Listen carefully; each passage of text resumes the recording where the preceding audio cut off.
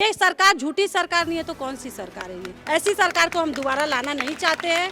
ऐसी सरकार देख लेगी, अगर हमारा मांग पूरा नहीं होगा तो आगे वो देख लेगी कि कैसी होगी उसकी सरकार।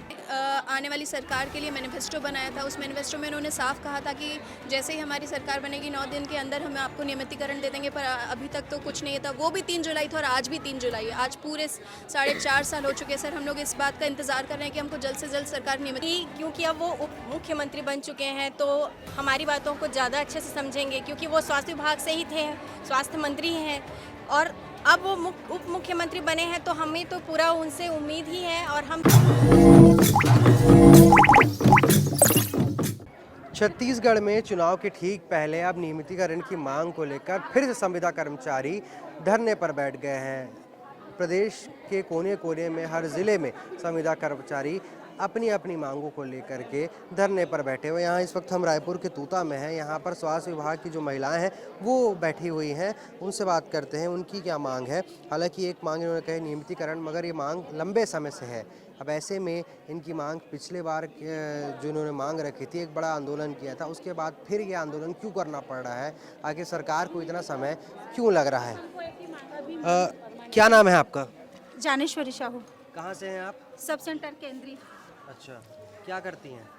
मैं एनएम के पद में पोस्ट रहूँ 2019 से और टीका लगाती हूँ, रात को डिलीवरी कराती हूँ, फील्ड वर्क का करती हूँ और 9 और 24 को सीएससी ड्यूटी भी मेरा है फिक्स डे में। कितनी तनख्वाह मिलती है? अभी 12,000 है सर। 12,000 तनख्वाह मिलती है, गुजारा हो जाता है? नहीं सर, गुजारा नहीं हो पाता।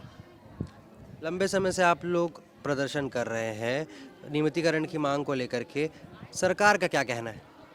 सरकार बोलते हैं कि मतलब 10 दिन में नियमितीकरण करेंगे। अभी तक वो नियमितीकरण अभी तक नहीं की है सर, तो इसी कारण हम लोग अभी सरकार को जगाने के लिए, नियमितीकरण का वादा याद दिलाने के लिए अभी धरना पे बैठे हैं। क्या कहना है आपका? सर, हम तो यही चाहते हैं कि हमको परमानेंट कीजिए। जो आप हमको तनख्वाह दे रहे वो तनख्वाह में हमारा गुजारा नहीं हो रहा है। महंगाई इतनी बढ़ते जा रही है तो हमारा गुजारा कैसे होगा। अगर वो सरकार इतनी कम तनख्वाह में चला सकता है राज्य, तो हम भी फिर अपना घर खर्चा चला सकते हैं। सरकार को यही कहना चाहते हैं कि हमको नियमितीकरण करो, परमानेंट करो। पिछले बार भी आप लोग मंत्रियों से मिलने गए थे, नेताओं से मिलने गए थे, जब संविदा कर्मचारी धरने के बाद कहा था कि 6 महीने के अंदर हो जाएगा आपका। 6 महीने नहीं सर, 10 दिन के अंदर मैं करूंगा बोला था भूपेश सरकार। मंच में आके, जहां हम लोग धरना प्रदर्शन कर रहे थे, उसी जगह में आके सरकार ने, जब जीता नहीं था चुनाव, तो बोला था कि हमारी सरकार जब आएगी तो हम तुमको 10 दिन में परमानेंट करेंगे। पर किसानों लोगों का माफ कर दिया गया, पर हमारा संविदा कर्मचारी लोगों को परमानेंट नहीं किया गया। तो ये सरकार झूठी सरकार नहीं है तो कौन सी सरकार है ये? ऐसी सरकार को हम दोबारा लाना नहीं चाहते हैं। ऐसी सरकार देख लेगी, अगर हमारा मांग पूरा नहीं होगा तो आगे वो देख लेगी कि कैसी होगी उसकी सरकार, बनेगी या ना बनेगी वो तो बाद में ही पता चलेगा। चुनाव के ठीक पहले अब जहां पर सरकार अपने वादों को लेकर के जनता के बीच जा रही है, बाकी योजनाओं की बात कर रही है, तो वहीं अब नियमितीकरण की मांग को लेकर के भी लोग लगातार प्रदर्शन कर पर उतर आए हैं। यहाँ पर आप देख सकते हैं कि जो महिलाएं हैं स्वास्थ्य विभाग की, वो नियमितीकरण हमारा अधिकार नाम की मेहंदी रचा रही हैं, ताकि सरकार जो है उनकी बात सुने। एक अलग अलग तरीका अपनाया जाता है कि किस तरीके से सरकार तक अपनी बात पहुँचाई जा सके। अब ऐसे में और भी लोग हैं, उनसे बात करने की कोशिश करते हैं। कौन से विभाग में हैं आप? स्वास्थ्य विभाग। स्वास्थ्य विभाग से हैं आप भी। नियमितीकरण की मांग को लेकर आप भी बैठी हुई हैं। कब से आप नौकरी ज्वाइन की थी? मैं 2019 से। 2019 से अब तक तनख्वाह में कोई इजाफा हुआ है? नहीं सर, उल्टा और कम हो गया है। कम हो गया है? क्या मांग है आपकी सरकार से? सर, हमारी मांग तो यही है कि हमको नियमितीकरण किया जाए बस। तो ये तो लंबे समय से आप बैठे हैं, सरकार सुन नहीं रही है। क्या लगता है सरकार चुनाव के 6 महीने पहले सुनेगी बात? सर, जब तक नहीं सुनेगी तब तक हम बैठेंगे सर। जब तक नहीं सुनेगी तब तक ऐसे ही बैठेंगे और नियमितीकरण का नारा लगाते रहेंगे। तो कब तक ऐसे बैठेंगे आप लोग? इससे काम कितना प्रभावित होगा? सर, अब कब तक हम ये नहीं कह सकते। जब तक हमको नियमितीकरण नहीं किया जाएगा तब तक तो हम ऐसे ही बैठेंगे सर। लंबे समय से बैठ रहे हैं, प्रदर्शन कर रहे हैं, क्या लगता है आपको सरकार चुनाव के ठीक 6 महीने पहले क्या आपकी बात सुनेगी? नहीं सुनेगी तो सुनना पड़ेगा, क्योंकि सरकार जब से चेंज हुई है, मतलब जब रमन की सरकार थी उस टाइम पर भी हम लोगों ने किया था प्रदर्शन और हम लोगों की यही मांग थी कि हम लोगों को नियमित किया जाए। लेकिन फिर भी सरकार चले गई उन्होंने तो कुछ नहीं किया। तो हमको इस सरकार से बहुत उम्मीद है। अगर वो हमारा साथ नहीं देगी तो हम भी उनका साथ नहीं देंगे। हम भी कितने साल तक वेट करेंगे। हम लोगों का जो स्ट्राइक का पर्पस है वो यही है कि हमको नियमित करिए। जब बाकी स्टाफ को आप लोगों ने नियमित किया है, बाकी विभागों को किया है, तो स्वास्थ्य विभाग जो कि सबसे ज़्यादा डेडिकेटेड काम करता है कोविड के टाइम पर, पूरा कोविड के टाइम पर सभी लोग अपने घर में बैठे हुए थे, लेकिन सिर्फ एक हम ही लोग थे स्वास्थ्य विभाग वाले जो यहाँ पर अपना पूरा ड्यूटी करते थे। हम लोगों को ना घर जाने मिलता था ना कुछ, फिर भी हम लोग यहाँ पूरे 24 घंटे ड्यूटी करते थे। और हम ही लोगों के साथ इतना अन्याय हो रहा है। हम लोगों को कोई भी सुविधाएं नहीं दे रही हैं। जो दूसरे शिक्षाकर्मी वाले हैं उनको दिए, ठीक है, कोई बात नहीं है। जैसे उनके साथ किए, हम लोग के साथ भेदभाव क्यों कर रहे हैं? जबकि स्वास्थ्य विभाग हर चीज़ के लिए हमेशा खड़ा रहता है। किसी का कुछ होता है, अभी इतना बड़ा पेंडेमिक था तो सबसे पहले स्वास्थ्य विभाग ही आया था, तो हमारे साथ ही ये सब चीज़ें कर रहे हैं। पिछले साल जून के महीने में भी आप लोगों ने प्रदर्शन किया था, नेताओं के पास आप पहुंचे थे, क्या आश्वासन मिला था? सर, आश्वासन तो देने में ये सरकार बहुत आगे ही है। 4.5 साल से तो आश्वासन ही दे रही है। आप जानते हैं, ये तो हमारा सौभाग्य है कि आप मीडिया कर्मियों साथियों के हमारा साथ मिलता है, इसलिए हमारी बातें वहाँ तक पहुँच रही है। इस बार भी हम उनसे यही उम्मीद करेंगे कि जल्द से जल्द इस सत्र में कम से कम वो अनाउंसमेंट कर लें।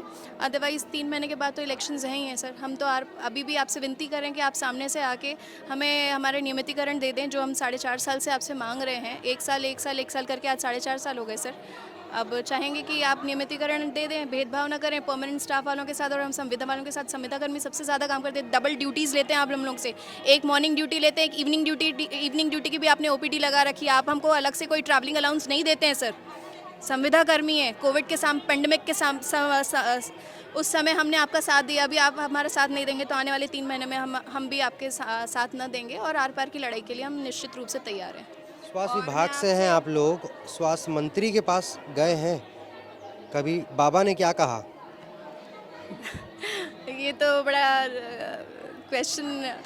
आप ही के विभाग के मंत्री हैं, स्वास्थ्य विभाग स्वास्थ्य मंत्री हैं, उनके पास तो पहुंचे होंगे आप लोग अपनी परेशानी लेकर। सर, आप भी तो जानते हैं कि मैनिफेस्टो भी तो उन्हीं ने तैयार किया था। तभी तो 3 जुलाई को जो हड़ताल हुई थी, उस मंच पे उन्होंने आके हमें आश्वस्त किया था कि आने वाली सरकार जैसे ही हमारी बनती है, हमने 9 दिनों के अंदर आपको नियमितीकरण कर देंगे। बार बार उनके पास जाके अब हम तो थक चुके हैं। वो तो कह रहे हैं आला कमान जाने, बड़े लोग जाने। अब आपस में इतना उनका मतभेद है तो हमारे साथ तो भेदभाव चल ही रहा है सर, आप भी जानते हो। और विभाग है जो अगर हॉस्पिटल में भी हम काम करते हैं तो हम उससे पूरे एक परिवार की तरह मान के चलते हैं। आप उसका तुलना ये कर लीजिएगा, एक घर में अगर गृहिणी बीमार पड़ जाए तो घर पूरा अस्त व्यस्त हो जाता है। उसी तरह से अगर स्वास्थ्यकर्मी अगर आज इस हड़ताल पे है, आप ही की वजह से है, तो पूरा स्वास्थ्य विभाग तो परेशान हो ही रहा होगा। इतने सारे मरीजों हमसे उम्मीद लगा के आते हैं, आज वो वापस कहीं ना कहीं वापस जा रहे हैं। अब हमारे पास हम नहीं चाहते कि वो इतनी दूर से आते हैं, इतनी रास्ता, मतलब जिनके पास खाने के लिए 2 वक्त की रोटी नहीं होती, इतने दूर हमसे ट्रीटमेंट कराने के लिए आते हैं वापस। मेरा सवाल आप लोगों से यही था कि जब आप धरने पर बैठती हैं, सरकार से अपनी मांगों को पूरा करने की बात करती है, ऐसे में सरकार जब इसे पेंडिंग रखती है और लंबे समय तक जाती है, तो इसमें जो आम ग्रामीण हैं, जो गांव ग्रामीण क्षेत्रों में आप लोग पहुंचती हैं, डिलीवरी करवाने की बात हो या बाकी तमाम चीज़ों की बात हो, पोलियो की काम भी आप लोग करती हैं, तो ऐसे में ग्रामीणों को कितना नुकसान पहुँच जाता है सरकार जब ऐसे विलम्ब लगाती है? सर, मैं वही कह रही हूँ कि ये स्वास्थ्य विभाग है। आप समझ रहे हैं स्वास्थ्य विभाग में क्या क्या परेशानियाँ नहीं आती होंगी। इतने दूर दराज से इतने लोग आते हैं हमारे पास, जिनके पास खाने वक्त के लिए। मैं अपने ही डिपार्टमेंट की बात करती हूँ कि हमारे पास जो छोटे छोटे बच्चे आते हैं, जो स्पेशल बच्चे कहते हैं, जो सेंट्रल गवर्नमेंट का एक प्रोजेक्ट चलता है DAIC, उसमें ही इतने दूर दूर से बच्चे आते हैं जिनके पास खाने के लिए 2 वक्त की रोटी नहीं होती। सिर्फ आने के लिए उनको इस एक बच्चे के साथ में 4 परिवार के लोगों को आना पड़ता है। एक परिवार, एक जन का खर्चा उनको 500-500 रुपये का पड़ता है। वो आने जाने के लिए भी नहीं होता है। अब हम वहाँ पे नहीं मिलेंगे तो बेचारे, हमारा दुर्भाग्य है कि वो हमारी गवर्नमेंट की वजह से वो वापस जा रहे हैं और फिर कहीं ना कहीं उम्मीद करें, उनका भी तो घर परिवार कहीं ना कहीं हैम्पर होता होगा। उनको भी तो खाने पीने के लिए जो पैसा कमा रहे हैं, इतना दूर दराज से आ रहे हैं, तो निश्चित रूप से उन्हें भी बहुत चीज़ों को सहन करके यहाँ पे आना पड़ता होगा।